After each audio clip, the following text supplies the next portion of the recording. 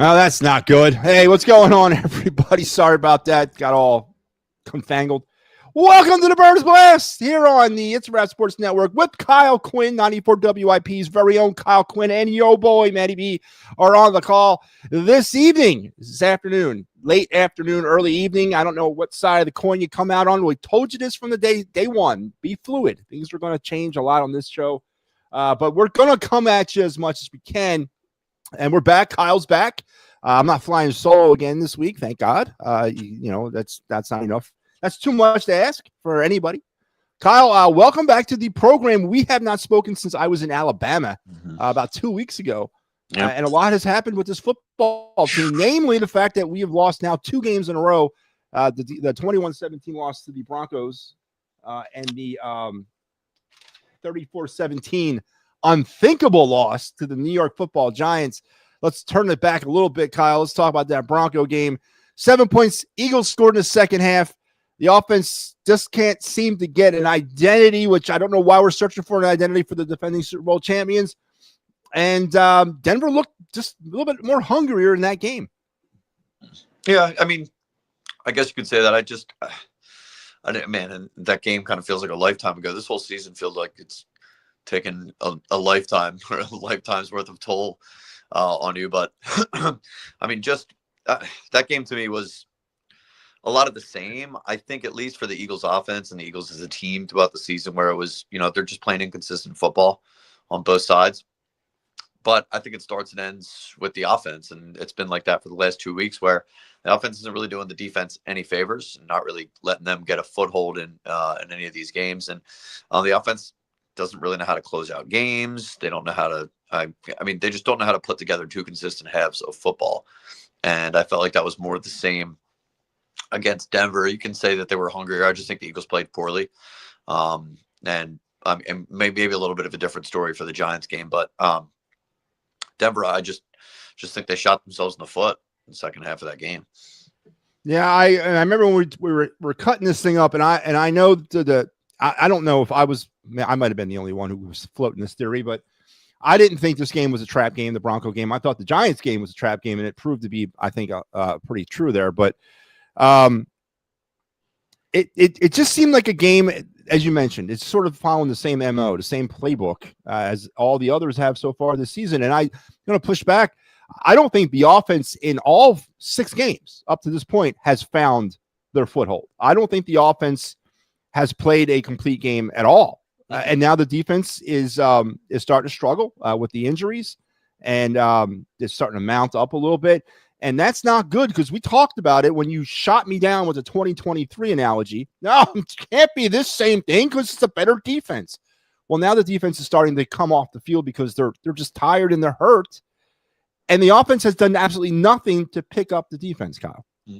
Yeah, I mean, that's kind of what I was getting at. And I'll shoot you down on it again, because I do still think the defense is better. Well, they're worlds better than that defense that season, which was the worst defense in football. This is still, I think, has the makings of what could be a top 10 defense. The problem is that the offense doesn't stay on the field for them. And no defense is going to be able to hold up for all 4 quarters if the offense is going 3 and out, 3 and out, 3 and out. I think it starts and ends with the offense. Now, I still believe that. I mean, look, the other part of this thing is they're not getting a 10-1 this time, right?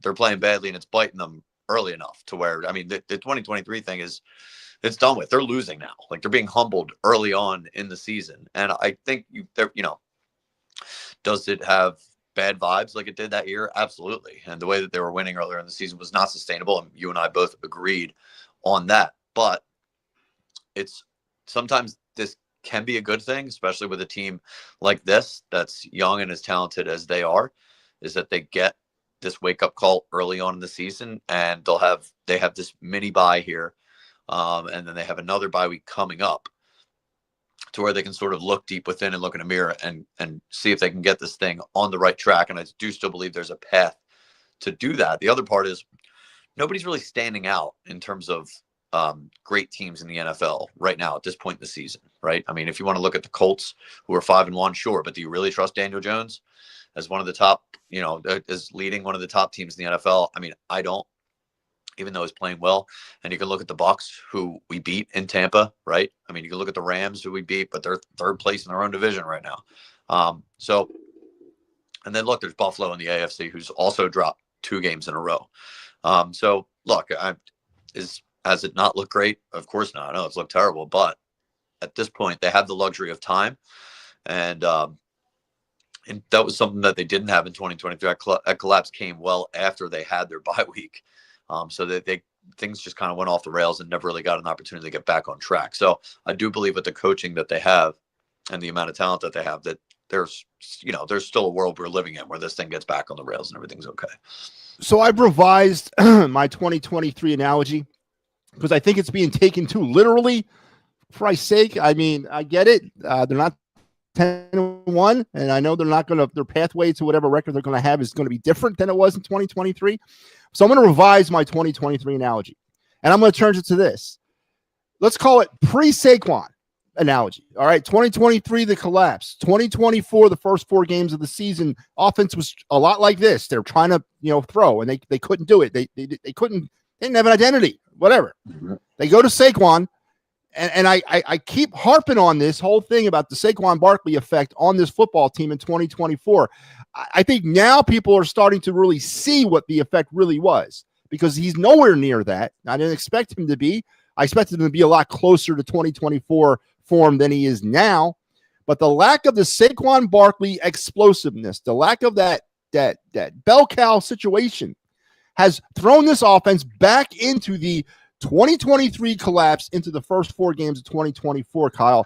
I can't see it any other way. So I agree and I disagree. Obviously, the impact Saquon had it's on full display. If it hadn't already been before, when we watched him rush for 2,000 yards and have a record-breaking season. But they can't get him going. And I know we've had this whole thing week after week. Well, should they try to use the pass game to establish the run? Well, that really hasn't worked either. I still think the major difference is that they don't have the turnover problem that they did, right? They just need to find I think they need to sort of be able to find that middle ground to where they're more explosive. They need to be more explosive. They need to get Saquon going a lot more. And if they can find a way to do that while continuing to not put the ball in harm's way, or turn the football over at a ridiculous rate like they did in that season, then that's sort of where I look at this thing, and I'm saying, there's a path for this to get worked out, whereas it felt like all hope was lost sort of by the end of that season. This is early enough to where I don't necessarily view it that way yet, right? Could we get there soon? Sure. I mean, look, we got 2 weeks against 2 teams that I believe they should beat, even though one just beat them and bullied them, kicked their ass on Thursday night last week. But this is an opportunity for them here. And if they don't capitalize on that, then we have a completely different conversation next 2 weeks. We both had the Eagles beating the Broncos. We both were wrong. I had A.J. Brown as my game MVP. Kyle Quinn went with Vontae Smith as his game MVP. We were obviously wrong about that. I'm going with Bo Nix. Kyle doesn't want to hear that. I mean, I don't think he disagrees with Bo Nix, but he just doesn't really want to talk about it. So, but I'm going with Bo Nix, Kyle. That's what we're going to see as our game. Sure, if you want to. It's fun. Can't get this insightful stuff anywhere else but here, folks, here on the Birds Blast. All right, let's turn the page, because I want to hear you try to, and again, I don't lump you in. I give you a lot more credit than I do a lot of the window licking homers out there. I don't put you in that category. You're an intelligent young man. You're an insightful young man, and you hear it from all different angles, literally 4 hours a day, 5 days a week. So you're developing your own opinions based on everything, right? So I'm going to give you that.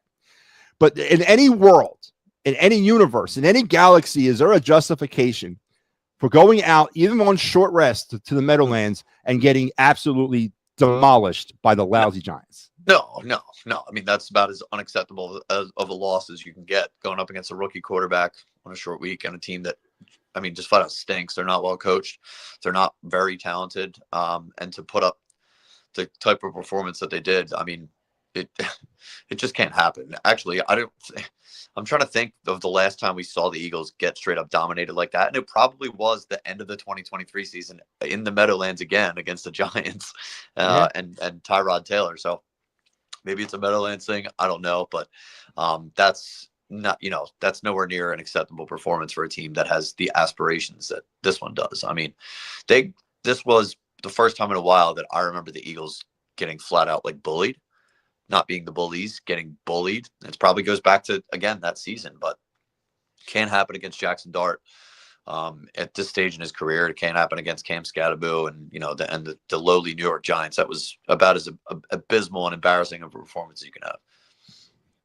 Jackson Dart, 17 for 25 on the night, 195 yards, 7.8 yards to throw, a touchdown.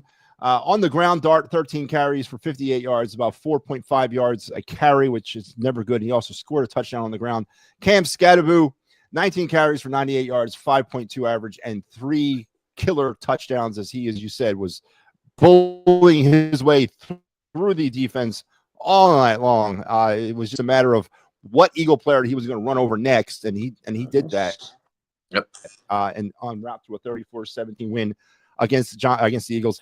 I know you kind of just said you're waiting to see what happens this week, but Kyle, maybe take me back to right after the game last Thursday night. Were you ready to admit at that point that there's something wrong with this team? I've been ready to admit it. I mean, since after the first 2 weeks. I mean, we just sort of disagreed on what the parallel was, but we agreed this entire season that they weren't going to be able to continue winning the way that they were, and that they had a lot of things to get fixed. So it wasn't the Giants game that was some epiphany for me. I said after the Chiefs game, I'm like, that's not going to work. Not going to work. The Rams game, that's not going to work. The Bucs game, again, not going to work. And now it's finally starting to catch up to them. So to be honest with you, the Giants game in the moment didn't even really sting me because I was dealing with what we just saw a little bit before. We had to turn that game on with the other team in town. But after I sort of took a moment to take it all in, I'm like, oh, man. I forgot about that. Yeah. I forgot about that. So that was thanks a lot. I'll bring that all back. I'm just saying, like, that was almost like, oh yeah, well, you can't hurt me really any more than I already am. But yeah, wow. But yeah, I mean, once you take a minute to unpack it, it's like, oh yeah, that's about as unacceptable as it gets. That's right. It was the last loss of a Philly trifecta of losing on Thursday night, the Giant Eagle game. And, just based on what had happened earlier in the night, as you mentioned, against the Dodgers, and then the Flyers losing against the Panthers, you just knew it didn't matter. Hey, you might not even have looked at the Eagles game up to that point. They were going to lose because you're numb. You're numb by that point, All right, but I do want to talk about some of the things that came out of that game. Now, Jalen Hurts. So listen, for what it's worth here about Jalen, 24 for 33 passing attempts. We'll get to that in a second. But he threw for 283, 8.6 a throw.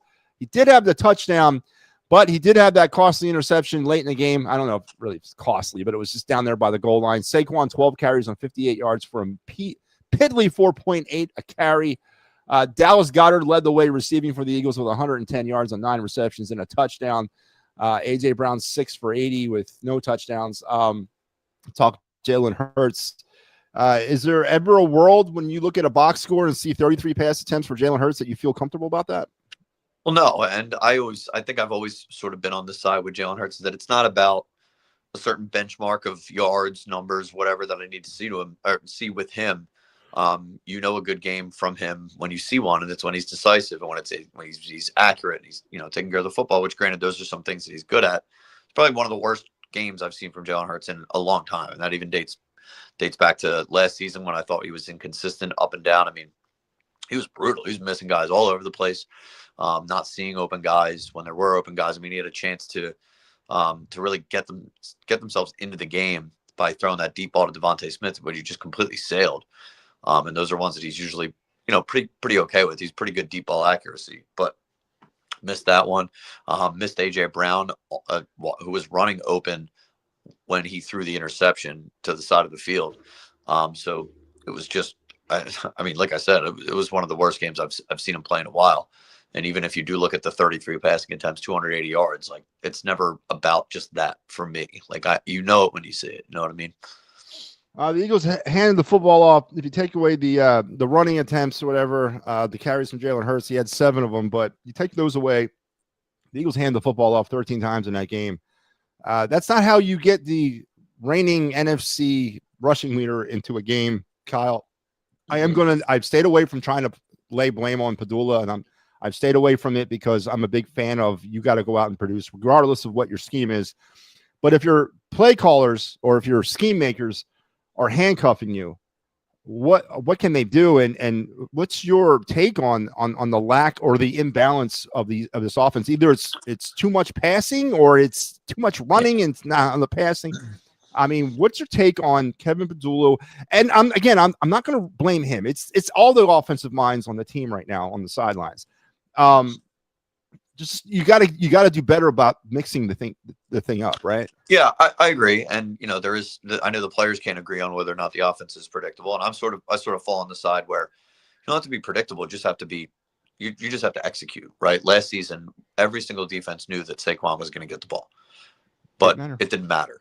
No. Right? So I think a lot of it comes, can they be predictable? Sure, with their play calling and how they align, and yeah, that's part of it. Do they end up in spots where they're behind the sticks and they got third and longs? That's never gonna go well for an offense if you're doing that consistently either. And then you throw Jalen Hurts in the mix, but then also the offensive line, like they're just not playing well this year, not playing even close to what they were last season. They're not really getting Saquon on the outside. They're not getting him out in space on this like outside zone runs, stuff like that. Like, so it's just a combination of all bad things from the offense. And I don't think it's, when it looks this bad, it's never just one guy, right? That feels like it's a convenient thing to say that this is a Kevin Patullo problem, yada, yada, this and that. Every time we get a new OC, it looks bad. Sirianni, this and that. But the reality is it's everybody. It is everybody. And just like it's everybody here on the It's a Wrap Sports Network, folks, you are watching the Birds Blast with 94 WIP's Kyle Quinn on our weekly quintessential Eagle pregame show. And don't forget what's happening on the network right now. We're going right up against the Steel City Sunday pregame show for Eagles Steelers Bengals. That's being seen on the network as well. Here's our lineup. We had to make some adjustments. Obviously, we're down here at the 5 o'clock hour, not 7 o'clock. The Gridiron Weekly will be seen tomorrow afternoon at 4:30, not tonight at 8. But the Clear the Ice Flyers Jets postgame will happen. And I will also come out with the final word at around 10:30 or following the postgame show, and then wrapping everything up, the Steel City postgame show, as they will have you covered if you're interested to find out who won between the Steelers and the Bengals. So make sure you're tuned into the It's a Wrap Sports Network today, tomorrow, and every day for the rest of your life. All right, let's talk some Birds Blast stat pack from the Giants game. Red zone 2 for 3, 14 for 16 now on the season, 87.5. It's amazing, Kyle, because you would think with all the offensive struggles, this team could not score, but yet they were almost immaculate in the red zone in 2025. Count the push as the reason for that. I don't know, but how do you draw the parallel to such a bad offensive overall picture, but yet when they get within inside the 20-yard line, they're damn near automatic? Well, I don't think anything illustrates this offense better than them running 4 straight tush pushes starting at the 4-yard line and getting into the end zone, and that being some of their best offense they've had all day. I mean, at this point, that play is their best form of offense all season long. It's just true. So well, it's great that it's gotten them in the end zone. I don't think the red zone number is going to be something like, it's not going to stay at 100% all season. It's not going to stay close to that all season long. And look, the tush push will probably have a similarly high success rate all season long, but can't count on being in that position all the time. Like, the team needs to be able to score, say from their own 20 or from the 50, or like they need explosive plays. They're not hitting those. On the scoring wise, the Eagles scored 17 first half points. They are now up to 89 first half points on the season, about 15 per half. No second half points scored against the Giants. Only 7 second half points scored against the Broncos. The Eagles have scored 53 second half points. Kyle, they're averaging 8 points in the second half of football games in 2025. Once again, it's not hard to draw sort of a parallel or come to a conclusion. What is going on with the offense in the second half? Is it an in-game adjustment? Is that maybe the problem, Kyle? Or second half scoring? What has happened? Yeah, well, you know how I feel about the half scoring and stuff. I always think it comes down to what the game ends up dictating. You had the Rams game where the second half was the best part of the best offense that we've seen for this team all season long, and that was out of necessity, right? Because they're playing from behind. Inconsistency in the Bucs game where they started going 3 and out all of a sudden, and maybe that was an adjustment made by the Bucs. And then you look at the Denver game where they just, for some ungodly reason, with a 14-point lead, stopped running the ball. So I don't know. I don't think it's ever just one thing.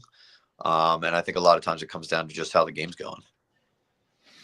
The Eagles also committed 4 more penalties in this game for 46 yards, 41 penalties on the season, about 7 a game for 292 yards, about 50 yards a game. That number is starting to go up, Kyle. It doesn't seem to be getting any better, and it's still kind of in the variety of personal fouls.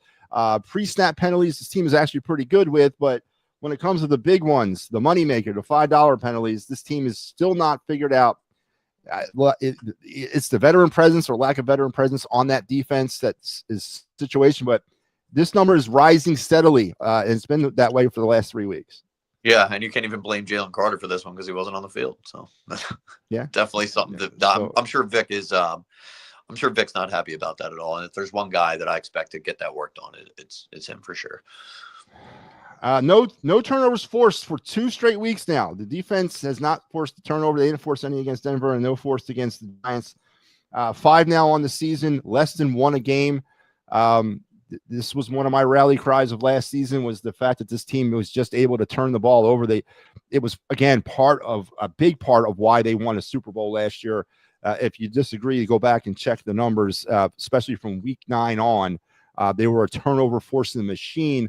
And they were getting those turnovers early in the season throughout those first 4 games, which led to, let's call them fluke wins. I know you're not going to tell me that, but let's face it, those turnovers were always at the time where they needed them in order to ice the game, and it's part of the game. So I get that, but no forced turnovers in the last 2 weeks, and you got 2 losses. Is there a coincidence to that, Kyle Quinn? No, I mean, of course not. Turnovers are they're one of the biggest keys to any team winning a football game. When we do the 3 keys to victory, you could just cop out and say turnovers every single time. Like that would apply to every single football game. I think a lot of it, at least for the last 2 weeks, has to do with guys aren't really. I guess I'll start it this way. They're a very young defense. A couple rookies, Andrew Makuba, Jahad Campbell. Well, they've had flashes. They're not always in position. And to be opportunistic, you need to be in position. And if you're not in position, then other guys have to play out of position. And then the other part of it is, this pass rush can't get home, and they just lost. Darius Smith just retired out of nowhere.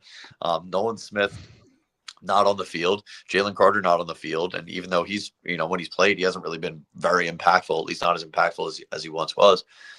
They're not forcing the quarterback to make mistakes, and they're not in position to capitalize and force the other players, the ball carriers, to make mistakes. So maybe that's something that comes with a little more experience. The younger guys start picking up the defense a little more, and then other guys can be a little bit more comfortable in the roles that they're in without having to feel like they're picking up the slack from the other guys. So we'll see. Just 2 games for now. But you don't want to see them go on a serious turnover drought in terms of forcing them, or else, it's going to make it really difficult for them to win games. And especially if you're not forcing turnovers, you sure as hell can't commit them. And that's what the Eagles did on Thursday night. 2 turnovers, a fumble, and an interception. They're now up to, a very modest number of only 3 turnovers committed by the Eagles so far this season. But especially when you're not forcing them, you can't commit them, Kyle Quinn. Yeah. And I mean, look, even if you want to count the AJ Dillon one, that's in garbage time, and he's probably a guy that could be a candidate to get cut at some point this season if they decide that Will Shipley's good enough. And maybe bring another guy in. I don't know if they're ever going to. I don't understand the Tank Bigsby thing at this point whatsoever. I mean, the guy has no idea what he's doing on kickoffs, and he doesn't get on the field as a running back. But anyway, I digress. So it's really the fumble from Hurts, the interception from Hurts, which, it's okay. Like, the quarterback is allowed to turn the ball over sometimes, right? But they have to be able to start. They have to do the other things, and they have to be more explosive, and that can make up for those things. And then, like you said, they have to force their own turnovers as a defense. Of course, Tank Bigsby came at a pretty steep price. What was it? 2 draft picks to get him by your GM of the world? Mid and the late one. Yeah. I mean, my God, I don't understand what, if we're going to look, was it a good trade by Howie? Absolutely not. But I don't know how you can still stand on this hill at this point, Matt. Oh, I'll stand on it until there's no hill left. I'll be up there. I mean, there is no hill left already. Well, listen, I mean, we're 4-2. We're only 6 games through the season. We got the majority of the season still in front of us. But right now, none of the offseason moves that he's made are looking any good. The trades are not looking any good. The draft over the last 2 years are starting to take a little bit of a hit right now. Again, we're 6 games I don't agree with that whatsoever. I'll step back from that. The draft. So you're telling me that the draft picks over the last Yep. So okay, Cooper DeJean, Quinn Mitchell. I'll give you those too. But who Those else in that draft class has stepped up? Hold on, you can't just go, I'll give you Quinion and Cooper DeJean. Like, those are excellent draft picks. Jahad Campbell's going they took 9 players in that draft, though. Matt, what does a GM do that, like, how do you get good players? You acquire more draft picks. I don't understand what you want them to do. Okay, he's traded draft picks in abundance this year for players that have not worked out, John Mechie and Tank Bigsby. None of those trades have worked, and he's given up draft capital from 13 to 8, which I'll give him that, but they have tons of draft picks. They have 8 left, and they had 13. They have tons of draft picks still. Now, don't forget, we got the trade deadline coming up yet. So let's see let's pump the brakes a little bit. Again, I'm not sitting here telling you, God forbid, I speak out against Howie. But because not a week 6. Mm-hmm. Well, I know what your agenda is here, so that's okay. What's my agenda? To speak the truth, to bring reality to a fantasy world. No, it's not the truth. You're trying to find any way that you possibly can to be right about Howie Roseman when you've been wrong for years. But that's okay. I have not been wrong for years. I was wrong for 1 year, once. No. It's looking like he's missing an opportunity to capitalize on an Eagle dynasty. So it's not even remotely true what you're saying. We got to let this roll out, and we'll talk in week 18. We'll see where we are. Okay, buddy, you got it. Yep. Jalen Hurts was sacked 3 more times this week. 9 times, Kyle Quinn. Jalen Hurts has been sacked over the last 2 weeks, lending into the narrative that maybe it's not Saquon and maybe it's not Jalen, and potentially it's Stoutland. You might have lost its accreditation, and the offensive line is failing, whether it's through injury or through just, I don't know, bad drafting or bad signings. I don't know, letting Mekhi Becton leave. You did all that. But offensive line is definitely not living up to its billing over the last so far this season. Kyle, is it injury, Kyle? What's going on with the line? Well, so actually the pass protection's not been terrible. It's the run blocking which is awful. The Eagles are 8th in the league, I believe, in terms of time to throw for quarterbacks. Jalen just holds the ball too long. That's been an issue for a very long time. They have to be better in the run game, but I think the sack thing boils down to purely a quarterback issue. The Eagles, and now look, 8th isn't number 1 like it has been for years, but it's not like this. Oh my God, this offensive line's awful. Like in terms of pass blocking, they're a fine pass blocking team. 18 sacks now over the course of 6 games, 3 a game, for 71 yards, 12 yards, which is interesting. They've given up 3 sacks a game, but they've only lost. They're averaging 12 yards in that realm. So. The defense only got home to Jackson Dart 1 time for 1 yard. I'm sorry, twice for 1 yard. They sacked him twice for 1 yard. 9 sacks now for the defense. That is 0.6 a game for 46 yards, 7.6. It's been a problem all year. The lack of a pressure, the lack of a consistent pass rush, and they're trying to mix and match now. It's pretty funny that I'm going to ask you this. Where's help coming for the defense when it comes to this pass rush? And on this current roster right now, who is the great savior of the Eagle pass rush right now? Well, there isn't one right now. Like, I don't know. Unless you're asking me about like a trade deadline, there's plenty of guys out there that they can target. That could help. But as of right now, they're not only injured, but one of their better pass rushers just retired in the middle of the season, out of nowhere. I don't know if Brandon Graham's going to come back, but you will get Nolan Smith back and healthy. He's probably their best pass rusher at this point. Jalen Carter's in and out of the lineup, but yeah, I mean, look, these guys aren't even in the same zip code as quarterbacks right now, and that's an issue that actually, I know it gets washed away because of what they did to Patrick Mahomes in the Super Bowl, but pass rush has been an issue. That was an issue last year for them too. So they really need to bank on some of these young guys continuing to get better. And fourth down efficiency, 2 for 2 on the day, 7 for 9 now on the season, 77.7% effective as we were pushing our way to victory, as Kyle alluded to earlier. I picked the Giants to win this football game. Kyle Quinn, if you don't believe me, go back and check the tape. I had the Giants winning 28-20. You, of course, picked the Eagles to win, and was it 23-13 was your score, I believe? Yes, it was. I had Jackson Dart as my game MVP, and you had Cooper DeJean as yours. Went against the grain on that one. Cooper DeJean is not your game MVP, but Jackson Dart, I don't know if he's the game MVP. I am prepared to give it to the running back from Arizona State, Mr. Cam Scadaboo, who was a wrecking ball in that game against the Eagles. Yeah, I mean, I'll give it to Scadaboo too. 3 touchdowns. Yeah, Dart had a good game, but yeah, Scadaboo was in bully mode on Thursday. He was, and if we go back and we check the standings, this is a interesting turn of events currently on our pick'em standings. I am now 3-3 on the year. Kyle Quinn has fallen to 2-4. I am leading in the standings at week 6. The world must be upside down because that's never happened. So here we go. But let's turn the page. We got the Minnesota Vikings, a potential reunion against Carson Wentz. McCarthy's trying to fight his way back. We got a lot of drama there. The Gridiron database is reporting right now that the Eagles are locked into their white tops and their green bottoms.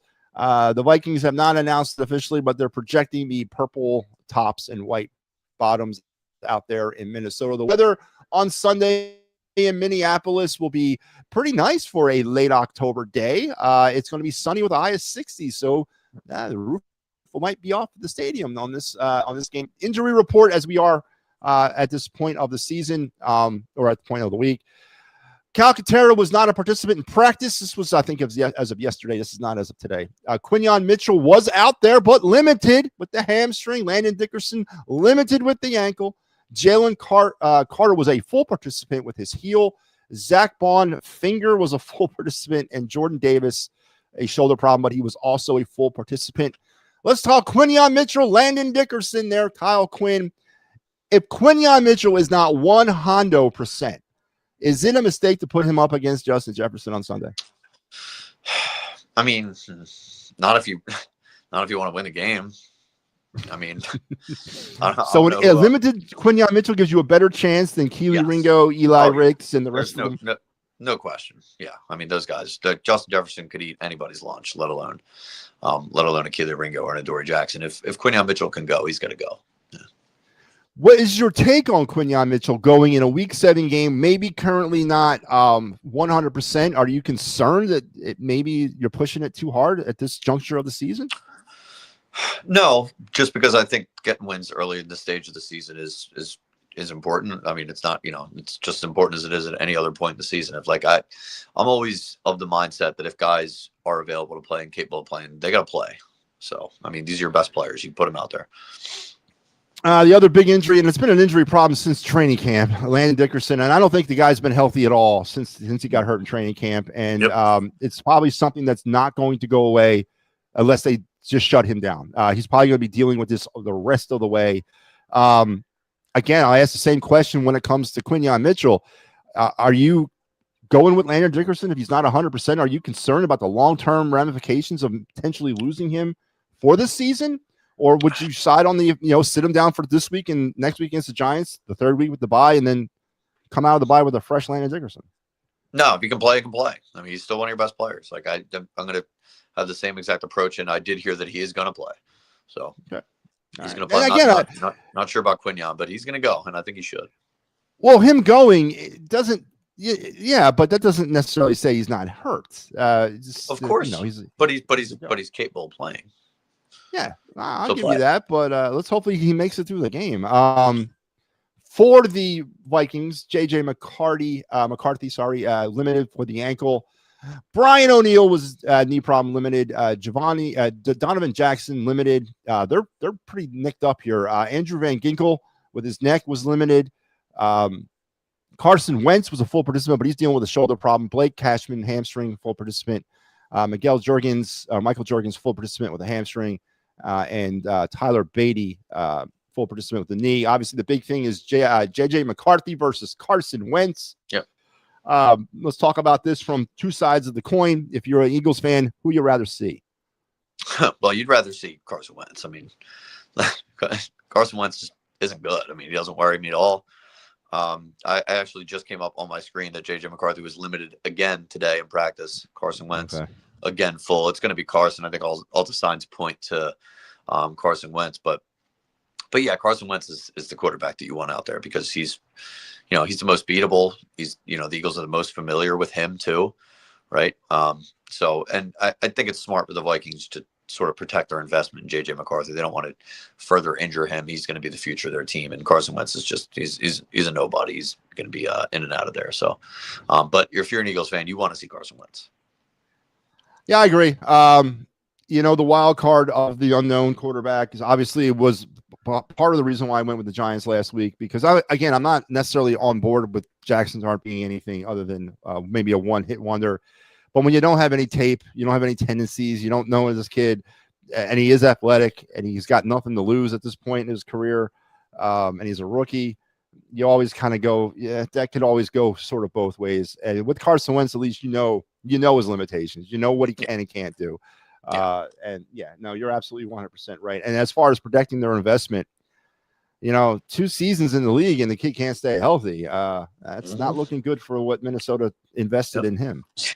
Yeah, and then if you look over at Seattle and what Sam Darnold's doing. Yeah. Okay. Tough decision by them this offseason.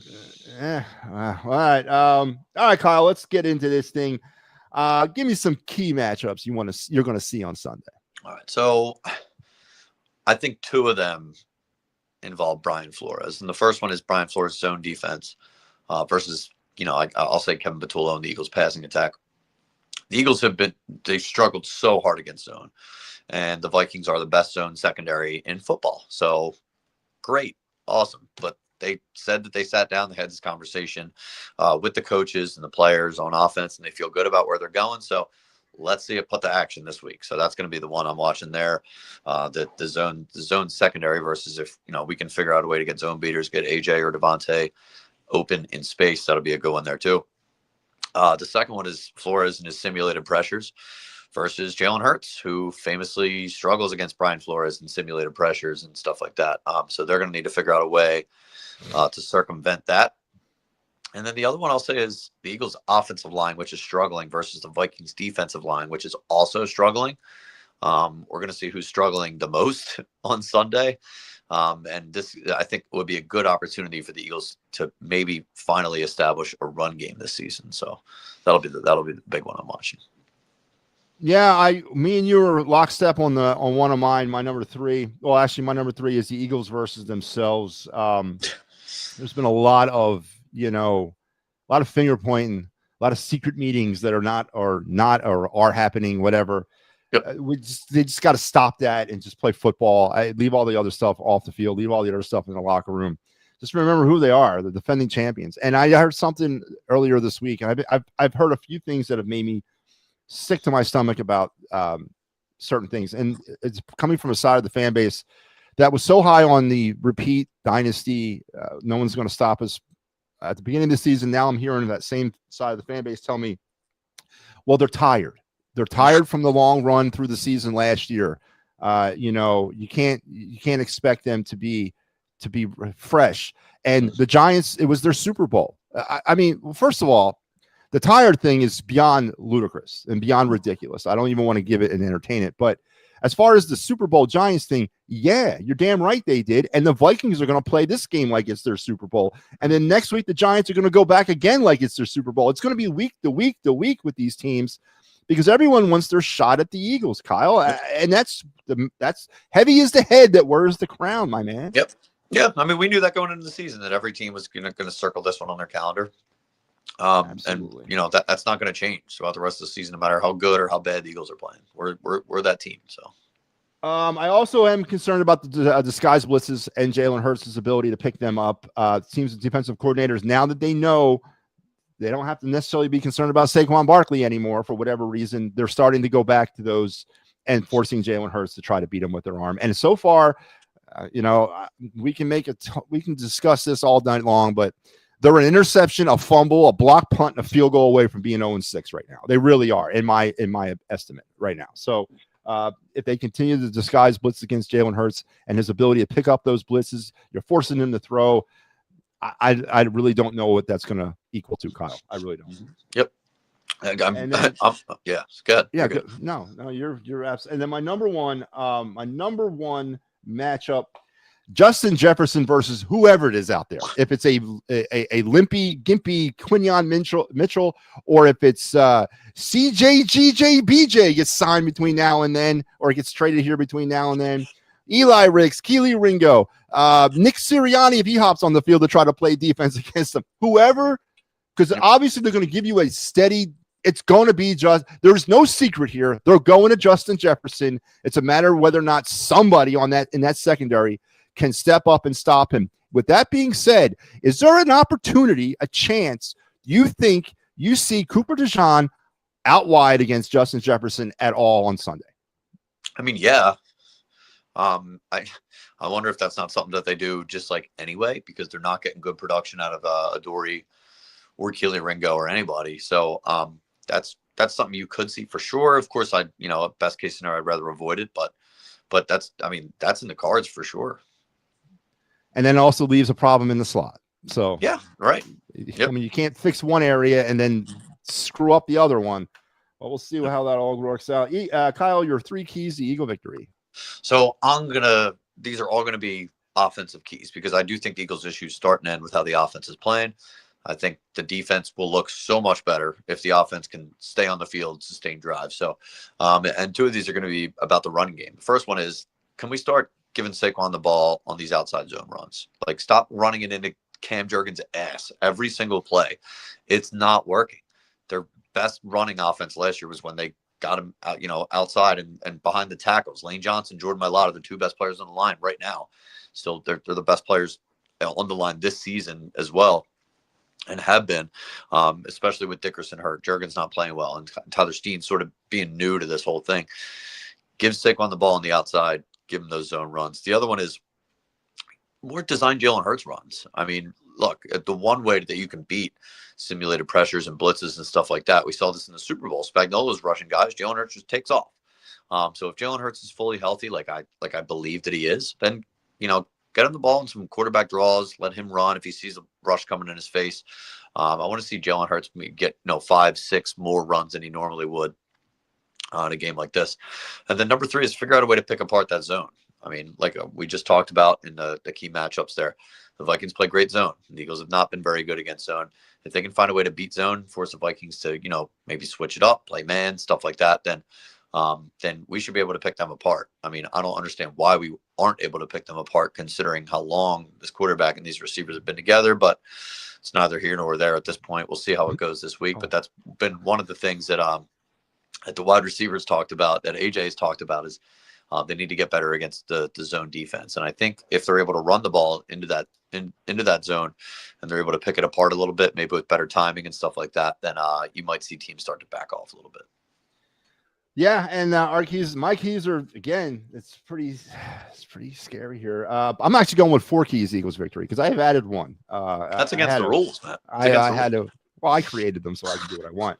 My number 4 key to Eagles victory is get off to a fast finish. All right, get off to a fast goddamn finish. Come out in the second half and blow the doors off a team. I don't care if you don't score any points in the first half. Score all the points in the second half. I need to see a team emerging from the locker room at halftime competent on the offensive side of the football. Tired of it. 8 points? 8 points you're averaging in second half action? Totally unacceptable. Number 3 is keep the Eagles defense off the field. Kind of nesting what you said about getting Saquon going. Give this defense an opportunity to get a breather. That is number 1 reason why the Eagles have run the defense down. The Eagle offense has not done anything to help their defense. They're playing way too much football, and they need a break. And so get those long drives, work that clock, keep your defense off the field, and play Eagles football. Play what got you to the Super Bowl. Run the damn ball, as you mentioned. We don't have to necessarily run it up Cam Jurgens' ass every down. Be creative and innovative with your runs. Go around the edges. Do those types of things. There's more than one way to skin a run, and they need to really kind of work that in. And don't get away from it if it doesn't work early. Continue to feed him the rock, because he'll break one eventually.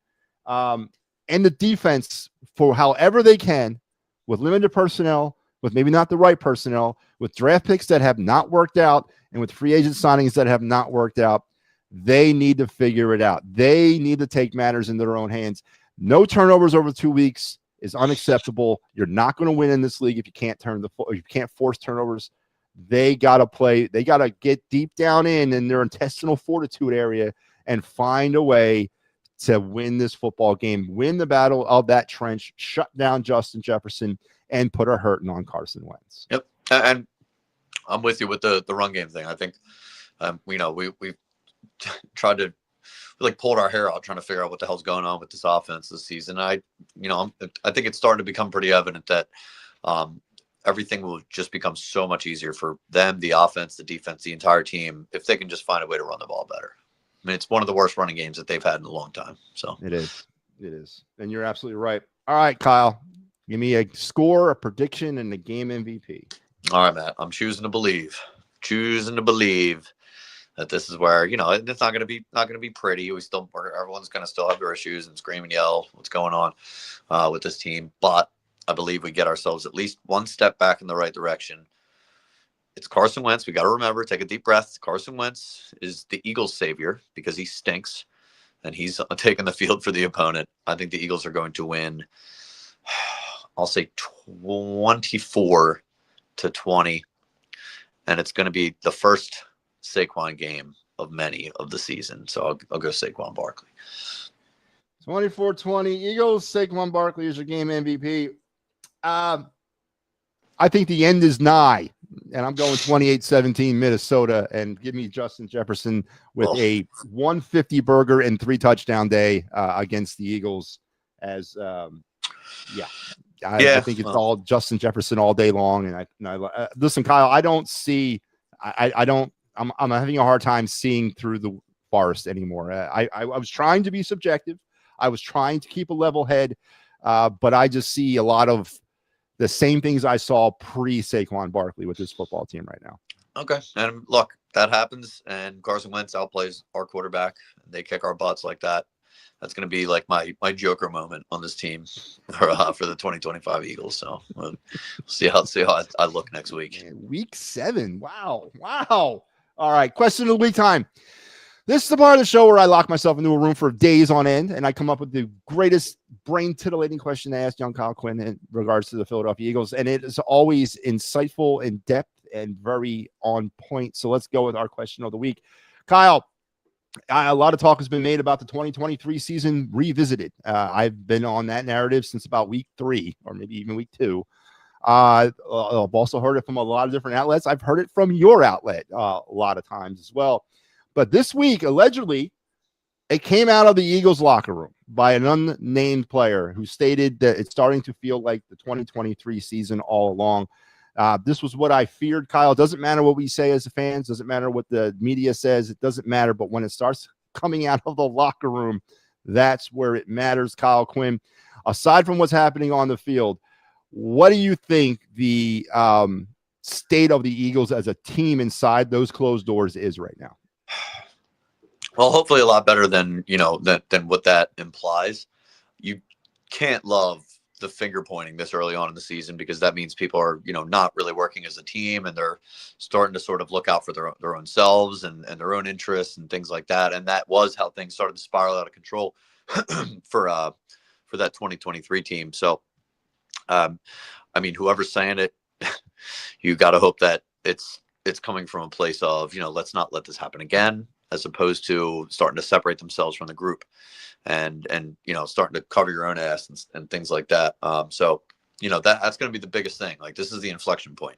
Will this thing spiral completely out of control and get way worse in 2023, at least in terms of, this point in the season? Look, they continue to play like this, they'll be lucky to be 6-5. Forget about, 10-1 or 9-2. So, it's got to stop right here. And like I said, you just got to kind of hope that that's coming from a better place of, we've done that before. We've seen that happen before. Jordan Mailata, I look at him as one of the big leaders on the team. I'm hoping that he is the one saying, look, guys, we saw this happen. We know why it happened. We know how it happened. I knew all the symptoms of it happening. So these are the steps that we need to take to not let it happen again. But yeah, very ominous sign that somebody in the Eagles would say that. Absolutely, and that's what scares me the most. Because again, it doesn't really matter what I say. What I say, you say. Joe Giglio says. Hugh Douglas says. John Ritchie says. Joe DeCamera. List goes on and on. It doesn't matter what they're saying. It does start to matter when it's coming outside that locker room. Yeah, for sure. I mean, that's the last place you want to see it. That's no question. All right, Kyle. Thank you very much again. Outstanding show. We may have to make a scheduling change again next week. Does Wednesday work for you next week, Kyle?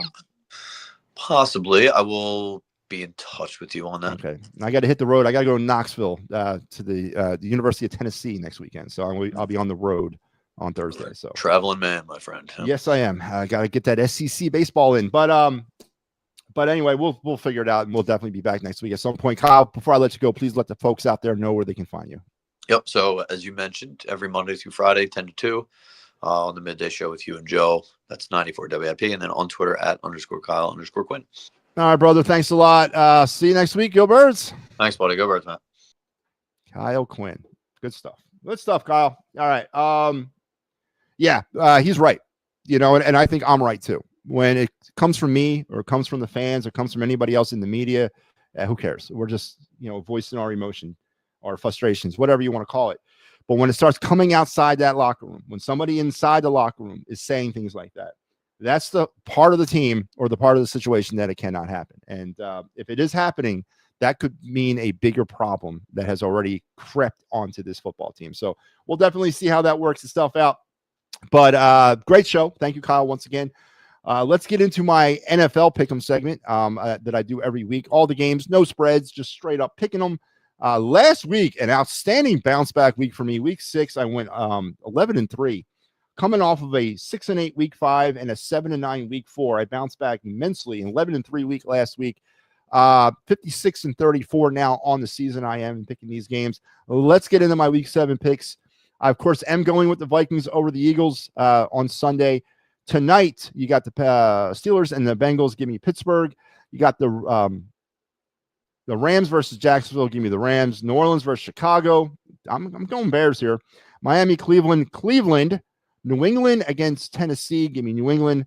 Vegas versus the Chiefs. Give me the Chiefs. Carolina and the Jets. Carolina. Giants versus Denver. The good vibe stop for the Giants as Denver will win that game. Indy versus the Chargers. Good vibe stop for the Colts as the Chargers will win that game. Washington versus Dallas. Give me Washington because I'll never pick Dallas to win anything. And Green Bay against Arizona. Give me Green Bay. On Sunday night, Atlanta and San Fran. I don't see any way San Fran loses that football game. Tampa Bay and Detroit on Monday. We got another doubleheader this Monday night. Tampa, Detroit. Give me Detroit. And then Houston and Seattle. Give me the Seahawks for the win on the second Monday night game. So there you have my week 7 picks. You have me and Kyle's pregame extravaganza. Remind everybody on this network, we are actually, there's a show going on right now opposite of me. The Steel City pregame show. I'm about to drop off here, so make sure you head over there. Check out what those guys are saying as they get you ready for Steelers Bengals tonight. We'll be back on the network after the Flyers Jets game for some Flyers post game, and then I'll be back at around 10:30 or after the post game show for the final word. We'll get into some of what happened today down there in South Philadelphia. Dave Dombrowski and his annual "I like our baseball team" speech, and Rob Thompson as well.